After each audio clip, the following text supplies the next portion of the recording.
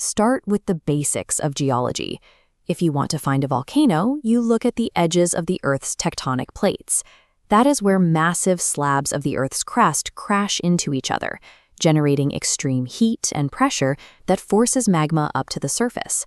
But then you have Hawaii. Hawaii sits thousands of miles away from any tectonic boundary, right in the middle of the Pacific Plate.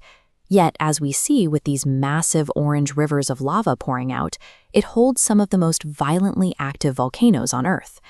This map helps explain what's happening. The Earth's crust is constantly sliding horizontally over time. But underneath Hawaii, and similarly under parts of Africa, there are massive stationary heat points. The plates drift over them, but the heat sources stay perfectly fixed in place, punching through the rock to create active hotspots. Finding out exactly what is generating that stationary heat is a mechanical nightmare. Humans simply cannot dig deep enough to see it. Even our most ambitious attempts, like these decaying concrete structures left over from the Russian Kola super-deep borehole, only manage to scratch about 12 kilometers down. That barely pierces the Earth's outer skin.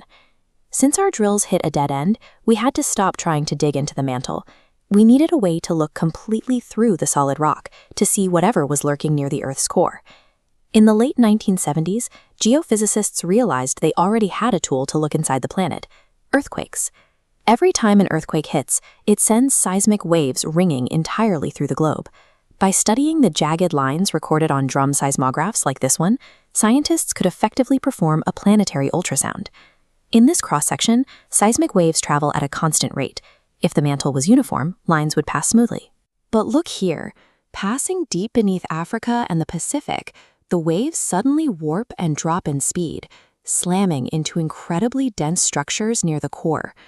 The data revealed two distinct continent-sized structures towering thousands of kilometers high inside the Earth. Scientists eventually named them Tuzo and Jason.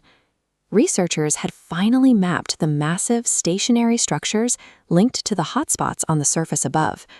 However, their chemical makeup was different from anything else in the mantle, leaving scientists with a new mystery. How did two rock formations the size of continents get trapped near the center of the Earth? Initially, researchers in 1994 proposed a strictly terrestrial explanation. They guessed these massive blobs were old chunks of heavy oceanic crust from the Pangaea supercontinent that had broken off and sunk to the bottom of the mantle. That idea held on for decades, but it lacked the mechanics to explain the geography.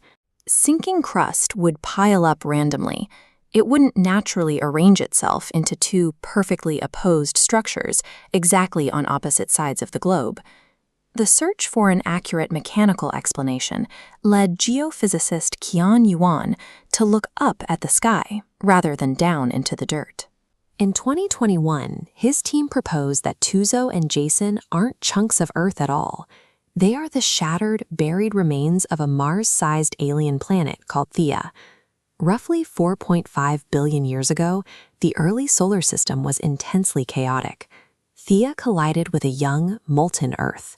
The force of the impact ripped a massive amount of material out into orbit, which eventually condensed out into our moon.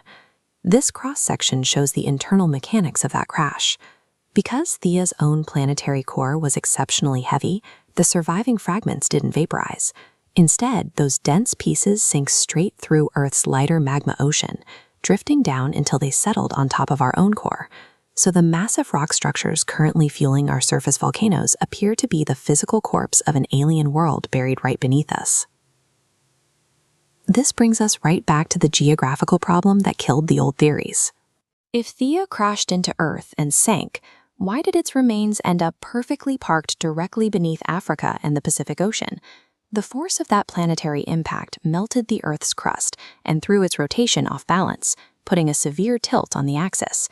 Take a look at this 3D schematic comparing a mechanical gyroscope to our planet. When thrown off balance, heavy internal weights naturally migrate to opposite sides to stabilize rotation. Inside Earth's molten interior, Theia's remnants acted exactly like those counterweights, migrating to diametrically opposed points. By locking into those opposite positions, these massive alien weights rebalanced the Earth's chaotic spin. This stabilization fixed the planet's axial tilt, establishing the long-term rotational consistency required for predictable seasonal cycles. Of course, mapping this out on a computer simulation is one thing. Actually proving it requires physical evidence. We need to physically test the chemical makeup of Theia to see if it matches the blobs, but the Earth's core is entirely out of our reach. Fortunately for us, we have a geological elevator. As we can see in this crater, those active hotspots are constantly pulling material upward and erupting it onto the surface. If we look closely at this labeled basalt rock from the Kilauea volcano in Hawaii, we find our evidence. When that lava cools, it preserves specific isotopic variants, unique chemical signatures carried up directly from those deep Earth blobs. Since the moon was created from the same impact that buried Theia, lunar soil and rock samples hold the pristine chemical fingerprint of that ancient alien planet. That's why NASA's upcoming Artemis missions are so crucial. When this rocket launches, its crew will collect fresh, deeply embedded rocks from the lunar surface.